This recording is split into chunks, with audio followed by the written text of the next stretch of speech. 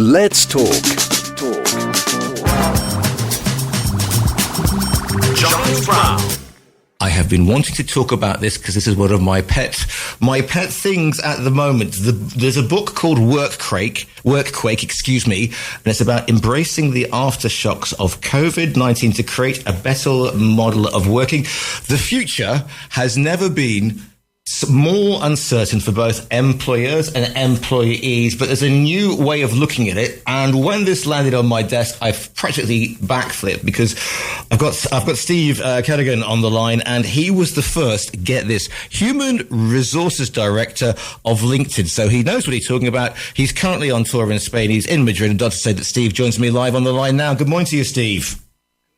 Good morning. So great to be here today. Glad to have you with us. Now, the thing of which we don't talk, the thing that changed the world, 180, put everybody else on their heads, made people reassess their place in the world. Were they doing what they wanted to do? And it gave everybody a pause to sort of take stock. And for somebody like yourself, this must have been a very interesting time to see if people want to reboot. Correct. And, as you mentioned, the pandemic presented a moment in history where all of us, the way we were living our lives dramatically changed.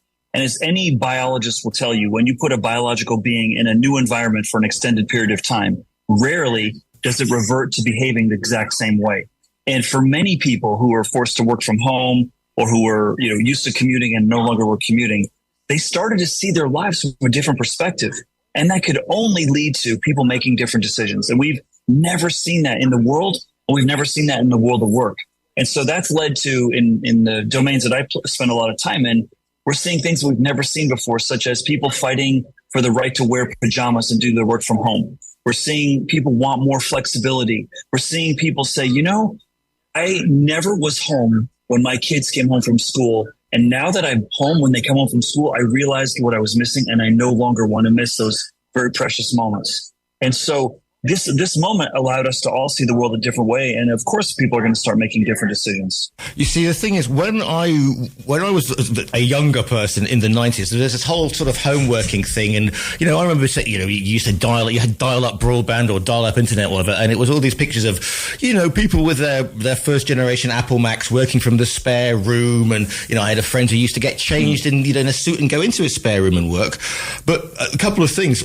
Obviously, technology, and we'll come on to where that is at the moment, has leapt in bounds, but also the way that we kind of view work. It's not so much as trying to recreate an office atmosphere in the home anymore. That's correct. And I think what this has done on a very, very visceral scale is raise the reality that I think most people work to live. They don't live to work.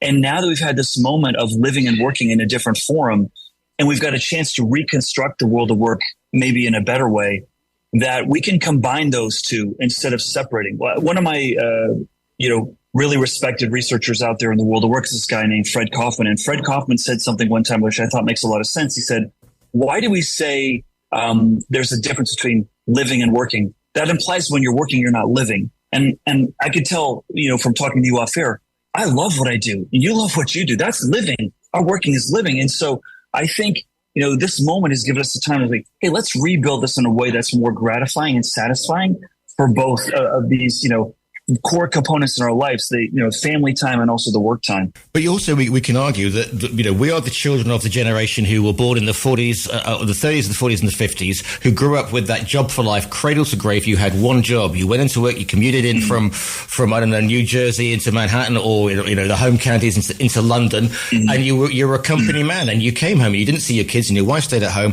and that was the job. And now we are in a situation where the Generation Xers, like myself, that all changed. We don't have a job for life, but now I don't know what they're calling themselves this week, but they can have a new job every week in what they do. And our actual perception of what work is and what a job is has completely been blown out of the water over the past 5 years after the pandemic. Yeah. And not only that, I could tell you the data is showing that not only are people changing jobs faster than at any time in history, people are changing career paths faster than any time in history. And more interestingly for me is the length of time that people stay in an organization is shorter and shorter. So turnover is the statistic that we use in human resources. How long does someone stay with an organization? And in North America, over the last 10 years, it's gone down from 5 years to 4 years. But the younger demographic, the 20-year-old to the 35-year-old, is staying in companies a median time of about 2.5 years. Median, which means half the number is less. And so, that's led to a really interesting debate around the challenge of the model, which is the best teams are the ones that stay together the longest. If I ask any leader around the world today, do you think your employees are going to stay with you longer in the future, that this reduction in the length of time they're spending with you is just a moment in time and that in the future it will change? No leader I ask that question to believes in the future people will stay with organizations longer. And so that leads to some very interesting challenges for organizations that are built around length and tenure of service is a really important ingredient to our success, having to face a new reality, which is how do I build and culture in an organization with a team that's not together as long as it used to be. And we're starting to see a lot of really good examples of how that can be realized, how you can build value even when you have teams that aren't staying very long. But it requires a different way of thinking about how you build teams and how you work. And also it requires a different model, because if you think about it, all the guys who went to management college and got the Harvard MBAs and the whole thing, that world doesn't exist. So maybe you don't look in the world of business, but you look in the world of sports, or you look in the world of somewhere you've got a group of individuals together, or the military, a group of individuals for one task. So that whole management thing about you get your team in there and in 5 years together, that's out the window. It's basically this objective or next season, and you have a team of specialists for a special project or task. That's right. And, Greg, I'm so glad you brought up professional sports, or even in the U.S. college sports, which is a really big business. If you take a look at professional sports, when you and I were kids, players stayed with their team the entirety of their career. And now they're staying a median length of, 2 to 4 years. So what does that mean for a manager? That means for a manager that I have to teach a simpler offense and a simpler defense, because I do not have this individual for the entirety of their career. I've got to think about building teams differently and creating value quicker. And that's not something we've been trained to do, honestly. And just like for most businesses, they haven't been trained to lead a really highly remote team.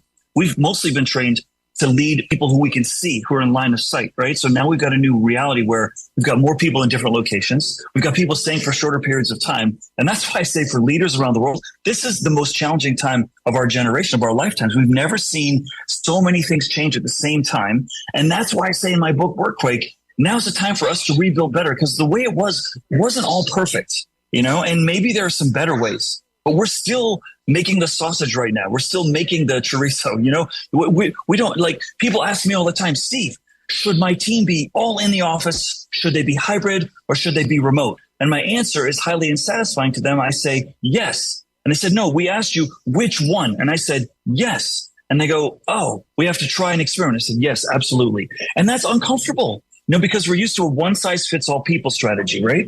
One of the things is, one of my favorite things, and I'm a person who spends an inordinate amount of time on social media, but then again, something drops through. And the thing that dropped through 10 years ago was a TED lecture by Sir Ken Robinson, who talked about education and the fact that we were, and it's a funny, it's engaging, it's 10 minutes of absolute brilliance. And he said that he's so amazing. We should be teaching our kids creativity in schools because we have no idea of what's coming next. And, because the world that we were educated for in the 70s and 80s no longer exists. And so you have to have kids who don't, or people or managers who don't go back to those structures, but that think, quote unquote, out of the box. As we don't know what the world's going to look like in 5 years. And the pandemic showed that. Correct. And, that gets into another domain that's experiencing a massive new challenge right now. And that's the institutions of education, educational institutions around the world. We're not prepared for this moment where the world is changing faster than they're capable of building, understanding how to build a future workforce. Every organization today needs newer skills faster than ever before. I was laughing with some friends the other day because I saw a job posting for senior AI developer recruiter.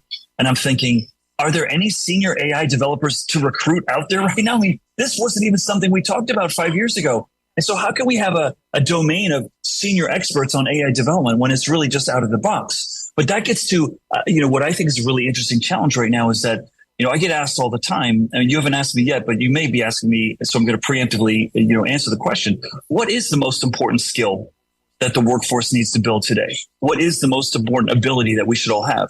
And I know the answer. For many people, it's unsatisfying, but I truly believe that the most important skill is the capacity to learn new things quickly. Because we don't know what the new AI, skill will need to be tomorrow or what's going to replace that 5 years from now. But we know it's going to be different. So let's build our capacity to grow and think creatively. And, it's all about curiosity and growth mindset, right? Yeah, but Steve, surely the whole thing of your life is to learn. You don't stop learning when you've got your post grad. If you think, right, that's at 25, I know everything in the world. Muhammad Ali famously said, if you're still chasing the things at 60 that you're chasing when you were 20, then you're not growing as a human being. And so the important thing as well is, as a manager, as a boss, is not to say, oh, well, let the kids do that, because we all have the capacity. If you put that boundary upon yourself, you put the boundary on your workforce.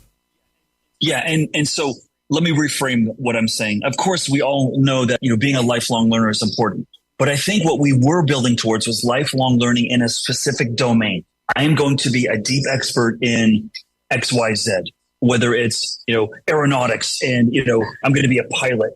And now I think being a generalist is more valuable to you, because if that one sector goes through a radical transformation or AI changes the need for, maybe they need less people that have your skills, well, now you're vulnerable. But if you have the confidence that you can learn new things, I think that changes your psychology. So I have a bunch of teenagers in my home.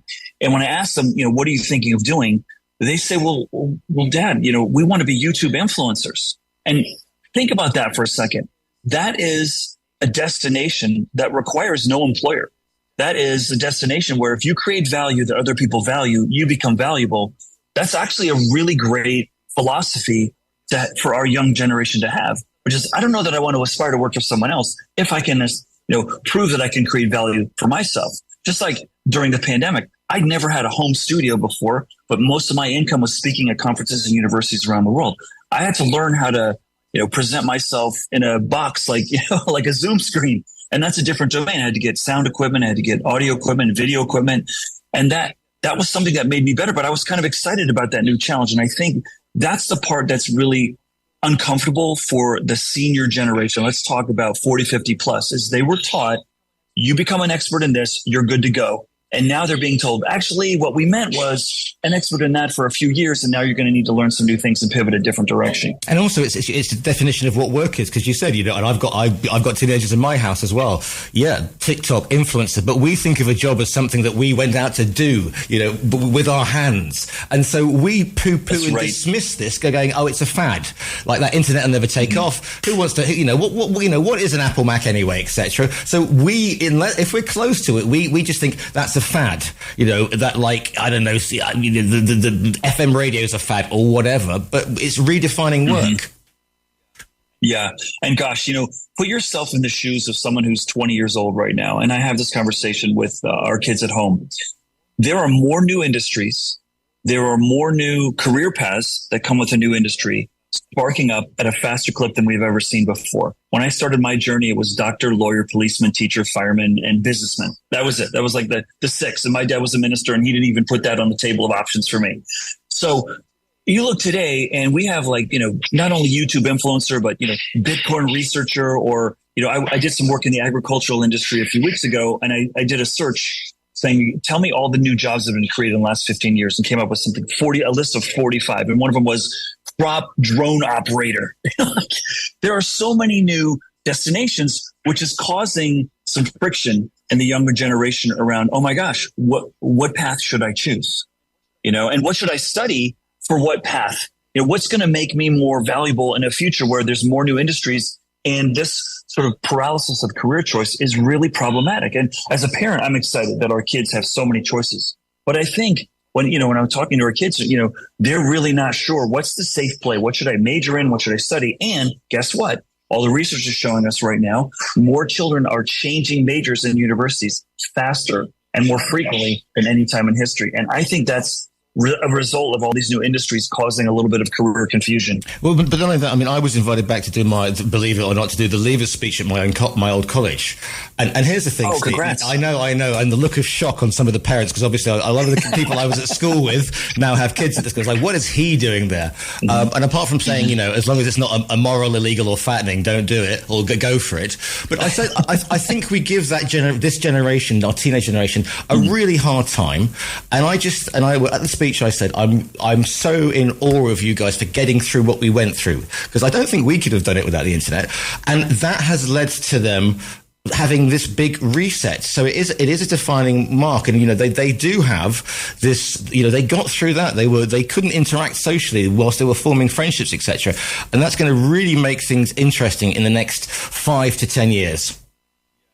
Yeah. And I think, you know, how kids and the younger generation are showing us new ways of building community. It's really impressive. So one of the things during the pandemic when my kids' school shut down is my older son would go to his Xbox, and I would be reading a newspaper in the background or, you know, sitting in the room and listen to him talking to his friends who weren't necessarily playing the same game, but they were on a platform where they could all chat and talk about school, talk about projects, talk about other kids and social things that were going on. And that became the medium of community that they were sharing in, even though they were immersed in different things. And then to watch my son sit in a Zoom class while he had his phone next to him, an iPad on the other side, and the TV on in the background, and like, how can you consume all these different forms of content at the same time? And and he's, Dad, look at my grades. I'm like, okay, your grades are great, but like, I don't know how you do that.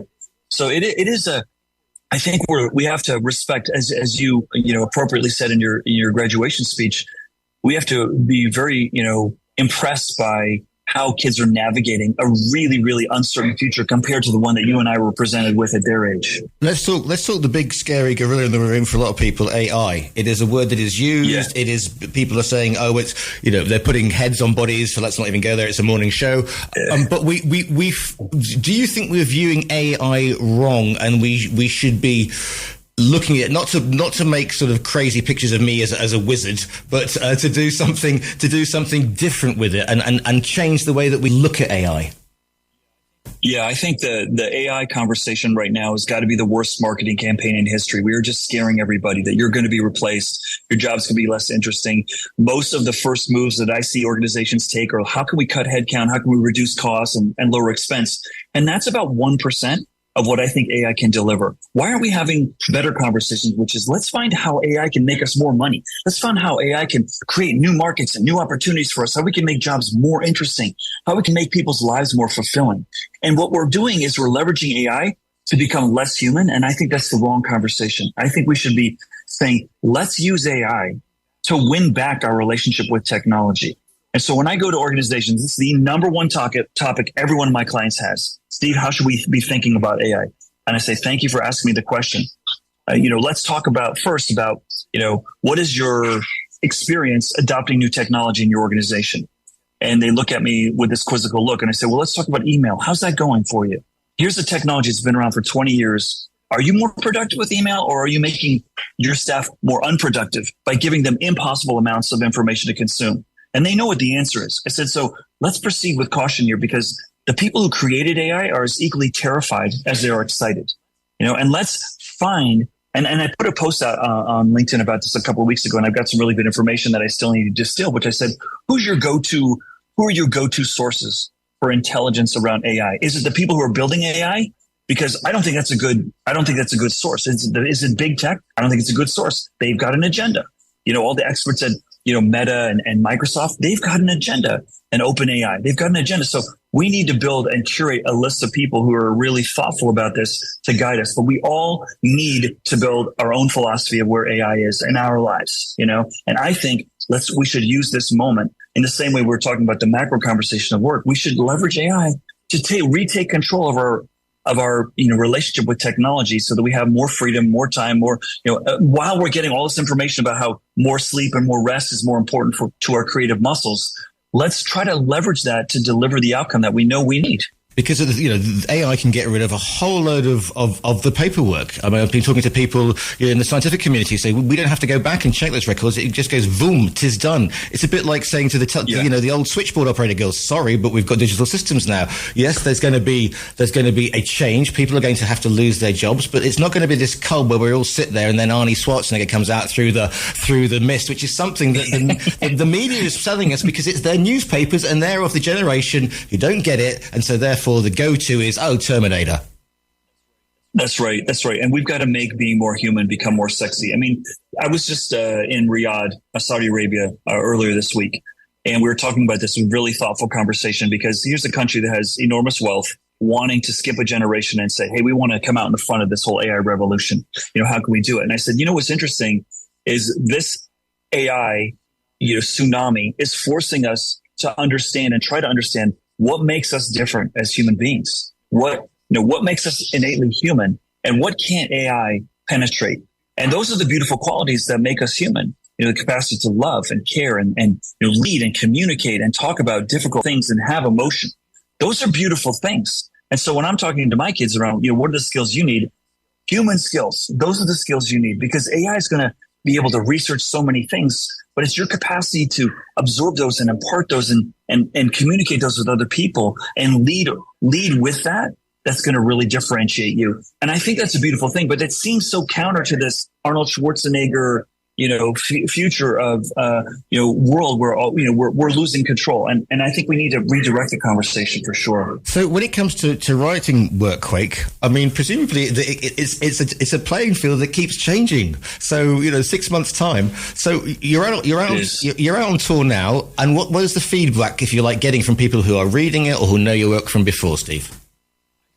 I think the feedback I get is like, thank you so much for, helping recognize this feeling that we had in our stomach that something wasn't going right, and I wrote the book because both employers and employees have been increasingly dissatisfied. And the challenge is, when you go through a difficult time in business or in anything that you do, what we're taught is let's go find someone who's been through this before so that we can benchmark and we can learn how they handled it.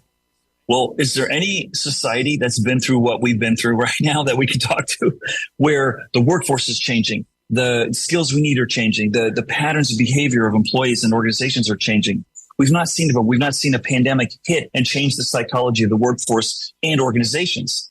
And so that's getting us very uncomfortable because we don't have measures to determine what a vital organization looks like today in this world that's changing. And we're building those, but it's taking some time. And that's where I'm trying to work with organizations and leaders in cities and governments around the world, is try to come up with new metrics that are satisfying. So, for example, I'll leave you with one.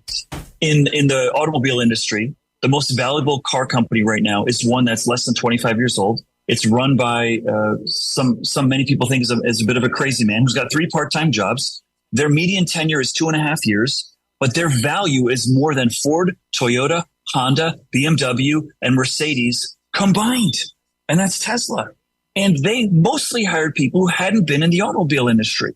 So here's an organization that's running the tables that on paper, 10, 20 years ago, nothing would say they have a right to be the most valuable car company in the world. And when I ask leaders, why does the investor community believe that Tesla is worth more than people who've been doing it for 100 years? Their answer is because they can innovate. And they're not stuck in 100 years of bureaucracy and policy and practices. And if you're not sure, go out and see Ford versus Ferrari, because there's a great scene there where Carroll Shelby goes into the CEO of Ford's office. He goes, you see that folder you're touching, Mr. Ford? That's touched 25 hands before it got to you by people who don't know what they're doing. And so, that's why that example is one that I try to give leaders today. Is like, listen, the companies that are thriving in an uncertain world are ones that have lots of people who see things differently. And that's a diversity agenda. And so that's not comfortable because that's not how we build our organizations, right? And that's not how we reward people. All the rewards in most companies are the longer you stay, the more rewards you get. But if I ask leaders, are people going to stay longer? No, they're not. I said, so how are you going to change your rewards? And they're just not there yet. So where I feel we are in this sort of transition that we're going through is we're in the period of recognition that the world is changing, but we are not yet at the point of developing solutions. If people want to find you online, Steve, where's the best place to find you in the best possible way? Best places in my website, cadiganventures.com, or find me at Steve Cadigan on LinkedIn. And I also have a TikTok channel if you need some corporate humor. I've got a lot of stories there of corporate situations that have gone wrong. And you can order the book via our own virtual bookstore. The book is called Workquake. It's by Steve Cadigan. Steve, it's been an absolute pleasure to speak to you today. Thank you for having me.